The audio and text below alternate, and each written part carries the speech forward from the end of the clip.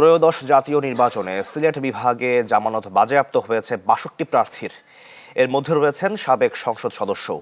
তবে তালিকায় নেই বিএনপি জামায়াতের কেউ। বিশ্লেষকরা বলছেন, জনসম্পৃক্ততার অভাবেই জামানত হারানোর সংখ্যা বেশি। ভোট গণনা যখন শেষ হয় তখন শুধু জয় পরাজয়ের হিসাব নয়, প্রকাশ পায় আরেকটি কঠিন বাস্তবতা। ম্যাটাডোর নিয়ে এলো স্মার্ট ইনস্টাওয়াল। এটি ইঞ্জিনিয়ারিং প্লাস্টিকে তৈরি মজবুত দেয়াল। নির্দিষ্ট পরিমাণ ভোট না পেলে হারাতে হয় জামানত। ত্রয়োদশ জাতীয় নির্বাচনে সেই ছবি স্পষ্ট হয়ে উঠেছে সিলেট বিভাগে। এবছর ৪ জেলার ১৯টি আসনে হয়েছে ভোট। এতে অংশ নেওয়া প্রার্থীদের মধ্যে ৫৯.০৪% জামানত বাজেয়াপ্ত হয়েছে। তালিকায় আছেন সুনামগঞ্জ ৩ আসনের সাবেক সংসদ সদস্য শাহিনুর পাশা চৌধুরীও। এখানে আমার ধারণা কিছু এদিক সেদিক হয়েছে প্রশাসনিক পক্ষপাতিত্ব যাকে বলে আর কি, প্রিজাইডিং অফিসারদের অসহযোগিতা এবং ওদের পক্ষপাতিত্ব। পরিসংখ্যান বলছে সবচেয়ে বেশি জামানত হারিয়েছেন সিলেট ও হবিগঞ্জের প্রার্থীরা। দুটি জেলায় ৫৮ প্রার্থীর মধ্যে ৩৬ জনই জামানত হারান।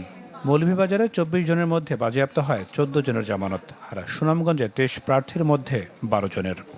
যারা প্রার্থী হন তাদেরকে একটা ন্যূনতম ভোটের সমর্থন বা জমা দিতে হয়, কিন্তু সেটিও কতটুকু বাস্তবসম্মত এই নিয়েও নানান আলোচনা আছে, প্রশ্ন আছে। নির্বাচনে প্রতিদ্বন্দ্বিতা করার জন্যই আসলে দাঁড়িয়েছেন, জয়ের জন্য দাঁড়াননি এবং জয়ের মতো তাদের কোনো প্রত্যাশাও ছিল না বা সেরকম কোনো ধরনের কর্মকাণ্ডও ছিল না। নাগরিক সমাজের প্রতিনিধিরা বলছেন, জনসম্পৃক্ততার অভাবই এর মূল কারণ। অভিজ্ঞতার ঘাটতি আর ভোটের মাঠে দুর্বল উপস্থিতি ডেকে এনেছে এমন ফলাফল। মানুষের আন্দোলন সংগ্রাম, বিভিন্ন দাবি দেওয়া থাকে।